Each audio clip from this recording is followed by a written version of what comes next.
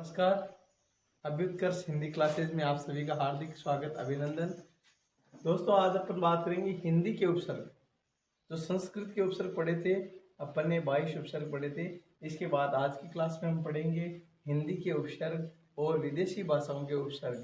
तो सभी से रिक्वेस्ट कि अगर अभी तक आपने अभ्युत्कर्ष हिंदी क्लासेज के चैनल को सब्सक्राइब नहीं किया है तो उसको सब्सक्राइब करें ताकि आपको वीडियो पहुंच जाए।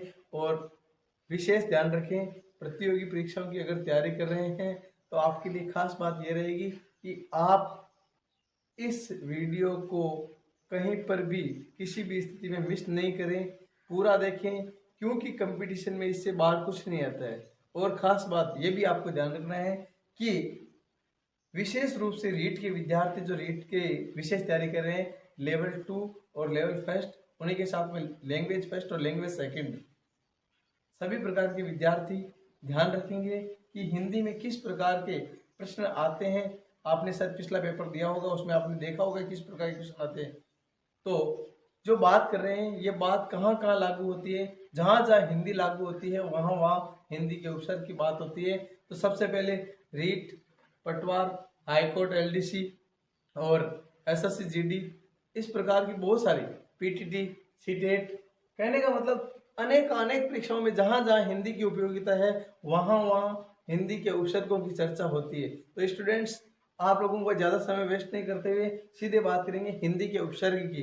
ध्यान दें, हिंदी के एक उपसर्ग होता है ए, जिसका अर्थ होता है नहीं। ए उपसर्ग का अर्थ होता है नहीं। नहीं तो ज्ञान मूल शब्द है, ए उपसर्ग लगा, अज्ञान, ज्ञान और अज्ञान विलोम शब्द भी बन गया एक तरीके से, ये भी ध्यान रखें। तो प्रश्न ऐसा भी बनता है कि हिंदी का वह कौन सा उपसर्ग है जिसके द्वारा विलोम शब्द भी बनाया जा सकता है। तो अगर उसमें ए ऑप्शन हो तो आप उसका ध्यान रखें, ए उपसर्ग से विलोम शब्द भी बनाया जाता है। अज्ञान, चेत मतलब चेतना, अचेत जिसमें चेतना नहीं हो। अटल, टल शब्द का अर्थ टलना से है और अटल जो टलता नहीं है वो अटल है। तल, अतल, अछूता, अपच, अथा। था शब्द का अर्थ होता है सीमा। अथा है जिसकी कोई सीमा नहीं हो, इस अर्थ में काम में लिया जाता है। तो यहाँ भी अ उपसर्ग ही है, इस बात का ध्यान रखेंगे। आगे बढ़ते हैं। ऊंचा, ऊ उपसर्ग है जिसका अर्थ है ऊंचा। इसमें उछालना, उतारना, उतावल, उतावला, उचक्का, उखाड़ना, इस प्रकार के शब्दों का प्रयोग। औ, औ का अर्थ था बुरा। अलग अलग हो सकते हैं लेकिन उपसर्ग में अगर बात है तो औ का अर्थ है बुरा। अवगुण, गुण का अर्थ अच्छी बात है, अवगुण यानी दोष। तो अवगुण बुरी, अवघट, औषध, अवतार, ये खास बात ध्यान रखेंगे। हिंदी की ज्यादातर उपसर्ग वो तद्भव उपसर्ग हैं। तद्भव, तत्सम, तत्सम जो संस्कृत से निकले हुए और तद्भव उनका रूपांतरण है, ये आप ध्यान रखेंगे। अवतार, इसकी जगह इसका अगर तत्सम शब्द है तो अवतार होता है। क्या होता है? अवतार होता है, ये भी आपको ध्यान रखना है। अगर अवतार है तो अव उपसर्ग है और अवतार है तो अव उपसर्ग है, ये आपको ध्यान रखना, नोटिस करना है। औचक, आगे अन, अन का अर्थ होता है बिना, बिना के अर्थ में प्रयुक्त किया जाता है। अनदेखा, अनपढ़, अनजान, अनमोल, अनचाहा। अनदेखा, देखा मूल शब्द है, देखना क्रिया है। अनदेखा जो देखा नहीं गया है। अनपढ़ जो पढ़ा लिखा नहीं है उसको अनपढ़ कहते हैं। वाक्यांश के लिए एक जो शब्द आते हैं उनमें ये काम आने वाले शब्द है, ध्यान देंगे। अनजान जो जाना गया नहीं है, जिसको हम जानते नहीं वो अनजान। अनमोल जिसका मोल बहुत ज्यादा हो, वो तो होता है बहुमूल्य, लेकिन अनमोल जिसका कोई मोल ही नहीं हो वो अनमोल। अनचाहा जिसको चाहने की कल्पना भी नहीं कर सकते, जो चाहा गया नहीं हो तो वो होता है अध। अध उपसर्ग का प्रयोग आधा, आधा के अर्थ में किया जाता है। अधमरा, आधा मरा हुआ। मरना एक क्रिया है और अध लगा तो आधा, आधा मरना। अध खिला, अध पक्का, अध कचरा, कचरा है पूरा कचरा नहीं, आधा कचरा, आदि उसमें अच्छी चीजें भी है। अध जला, पूरा जला हुआ नहीं, अध जला है, कोयले का सा रूप। ध्यान देंगे। अध उपसर्ग का प्रयोग नीचे के अर्थ में होता है। अधो पतन, नीचे की ओर पतन हो जाना। अधोमुख, नीचे की ओर मुख कर लेना। अधोगति, मंद गति, धीरे धीरे गति, नीचे की ओर गति, कहने का मतलब जो गति तीव्र है उसको कम करने।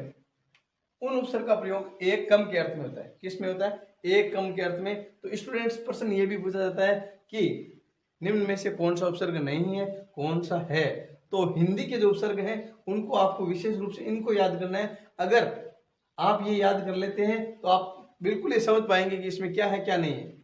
उन उपसर्ग का प्रयोग एकम के अर्थ में किया जाता है 79, 79, 79, 39, 59। 59 का अर्थ क्या है? 60 में एकम, 39 40 में एकम, 79 80 में एकम। क या कु इसका अर्थ होता है बुरा या कठिन, कपूत, कुसंगत, कुराज। कुराज का अर्थ बुरा राज। जो राज शासन है वो अगर अनुकूल नहीं है तो उसको कुराज बोला जाता है। कुरूप जिसका रूप अच्छा नहीं हो। कलंक। स या सु उपसर्ग का प्रयोग अच्छे के अर्थ में होता है। जैसे स का विलोम शब्द क्या हो गया? स का विलोम शब्द क्या हो गया? कैसे? कैपूत, जो पूत अच्छा नहीं है। पूत यानी पुत्र। कैपूत, जो पूत कपूत है। कहने का मतलब जिसके व्यवहार अनुकूल नहीं है वो कपूत कहलाता है। और सपूत, जो व्यवहार में अच्छा है वो सपूत है। इसी प्रकार से कुपुत्र भी बोला जा सकता है।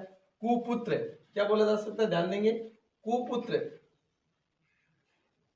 कुपुत्र तो कु उपसर्ग हो गया।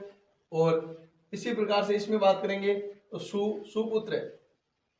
स या सु का अर्थ अच्छे से होता है तो ध्यान देंगे, सपूत, सुपुत्र, सजीव, सुयश, सुगंध। ध्यान रखें, पुत्र कभी भी कपूत हो सकता है लेकिन माता कभी भी कुमाता नहीं हो सकती। अगर आपको पूछा जाए कि पुत्र कुपुत्र हो सकता है लेकिन माता, तो ध्यान रखिए माता कभी भी कुमाता नहीं हो सकती। हो सकता है किसी कोई लाइन में लिखा हुआ जरूर मिल जाए लेकिन ये बातें बिल्कुल अपने सामाजिक जीवन से अलग रहेगी, इसको अपन साथ में नहीं कर पाएंगे। ध्यान देंगे, भर शब्द, भर उपसर्ग का प्रयोग भरा हुआ या पूरा, पूर्ण रूप से जो है उसके अर्थ में, या हम कह सकते हैं कि समर्थ है उसके लिए। बरसक, भरपूर, भरपेट। और ये भरपेट न जाने कितनी बार पूछा गया है, विशेष ध्यान रखेंगे। भरमार, भरपाई। ठीक है, आगे चौ उपसर्ग का प्रयोग। चौ उपसर्ग का प्रयोग चार के अर्थ में प्रयुक्त हुआ है। चौमासा, 4 महीनों का समाहार।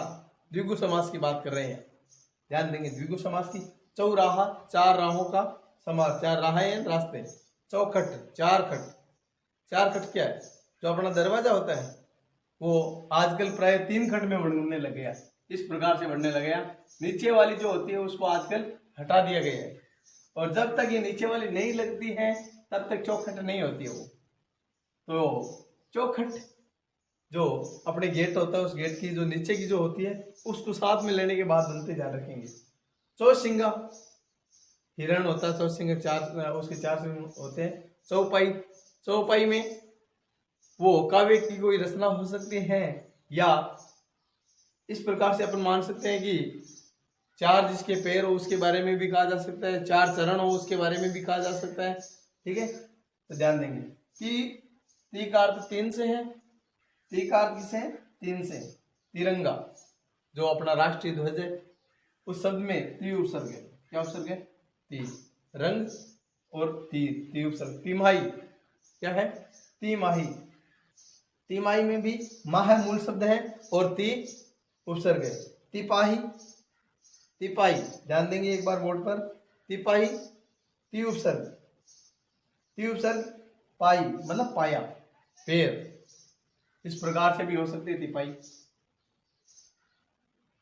ठीक है, तो ज्यादा चित्रकार नहीं होगी लेकिन आपको समझा रहा हूं, इस प्रकार से तिपाही। ठीक है, कहीं कहीं आप देखते भी होंगे। तिकोना, जिसके 3 ही कोने हैं, जिसके केवल 3 कोने हैं। और इसके बाद बात करेंगे दू। दू यानी 2, दू यानी 2। दुनाली, 2 नालियां। दुरंगा, 2 रंगों वाला। दुमुहा, 2 मुहे। दोपहरी, दोपहरी 2 पैरों। हाँ, तो देखिए विदेशी भाषाओं के उपसर्ग की बात करते हैं, और विदेशी भाषाओं के जो उपसर्ग हैं वो हमारी भारतीय संस्कृति में बहुत अच्छी प्रकार से घुले मिले हुए हैं। हमें पता भी नहीं चलता कि हम किस प्रकार से और कितने शब्द हैं वो विदेशी भाषाओं के काम में लेते हैं। प्रतिदिन हम सैकड़ों शब्द काम में लेते हैं। आइए आज चर्चा करते हैं विदेशी भाषाओं के उपसर्ग की। तो सबसे पहले बात करते हैं अल उपसर्ग। अल का अर्थ होता है निश्चित, अलविदा, अलगरज, अलबत्ता, ध्यान देंगे। उसके बाद ना उपसर्ग का प्रयोग बिना के अर्थ में या रहित के अर्थ में किया जाता है। तो ना का प्रयोग नालायक, जो लायक नहीं है। ध्यान रखिए स्टूडेंट्स, बहुत सारे शब्द हैं वो वाक्यांश के लिए एक शब्द में भी प्रयुक्त किए जाते हैं, तो आपको ध्यान रखना है। नालायक, जो लायक नहीं है, नापसंद, नाजायज, इन प्रकार के शब्दों का आप ध्यान रखेंगे। इसके बाद ला उपसर्ग। ला का अर्थ बिना या रहित के अर्थ में प्रयोग किया जाता है। बिना या रहित, तो लाजवाब, जिसका कोई जवाब नहीं हो। लाचार, लापत्ता, लावारिस। लावारिस का अर्थ है जिसका कोई वारिस नहीं हो, जिसकी कोई सार संभाल करने वाला नहीं हो, उसे लावारिस कहा जाता है। उसके बाद बद उपसर्ग। बद का अर्थ होता है बुरा, ध्यान देंगे। बद का अर्थ बुरा, बदमाश, बदकिस्मत, बदतमीज, बदनाम। बद का अर्थ क्या है? बुरे से है। बदकिस्मत, बुरी किस्मत, ठीक है। बदस्तूर, जो किसी प्रकार से अच्छा नहीं हो। आगे ध्यान देंगे। खुश, खुश यानी अच्छा, खुश किस्मत, जिसकी किस्मत अच्छी हो। खुश मिजाज, खुश खबर, इस प्रकार के शब्द में थे। कम, कम का अर्थ थोड़े से होता है, और कम, ध्यान रखिए, विदेशी भाषाओं के उपसर्ग में शामिल है। और ऐसा क्वेश्चन परीक्षा में बार बार पूछा जाता है कि निम्न में से विदेशी भाषाओं का उपसर्ग है, तो आप ध्यान रखेंगे कम विदेशी भाषाओं के। कमजोर, कम सीन, कम अक्ल, कम वक्त, इस प्रकार के शब्द काम में आते हैं। हम का प्रयोग साथ के अर्थ में होता है। हम सफर, जो सफर में साथ रहते हैं उसको हम सफर बोलते हैं। हम राह है, हम वतन, हम दम, हम उम्र। हम उम्र मतलब जो साथ एक साथ उम्र के हो उनको हम उम्र बोला जाता है। हम सफर, जो साथ में रहते हो। हम राह है, जो संग संग चलते हो, एक ही राह के जो प्रतीक होते हैं उनको हमराह बोला जाता है। इसके बाद बे उपसर्ग, और ये हमराह शब्द तो इस्लाम में संघ के रूप में काम में लिया जाता है। जिस प्रकार से हम संघ काम में लेते हैं, तो आपने शादी के कार्ड वगैरह पे देखा होगा कहीं ना कहीं कि हमरा है दिलरास बानो, हमरा है अजीज, जो कुछ भी इस प्रकार का नाम होता है, तो आपको ध्यान रखना है, ठीक है। ओके फ्रेंड्स, अब देखिए आगे बे उपसर्ग का प्रयोग।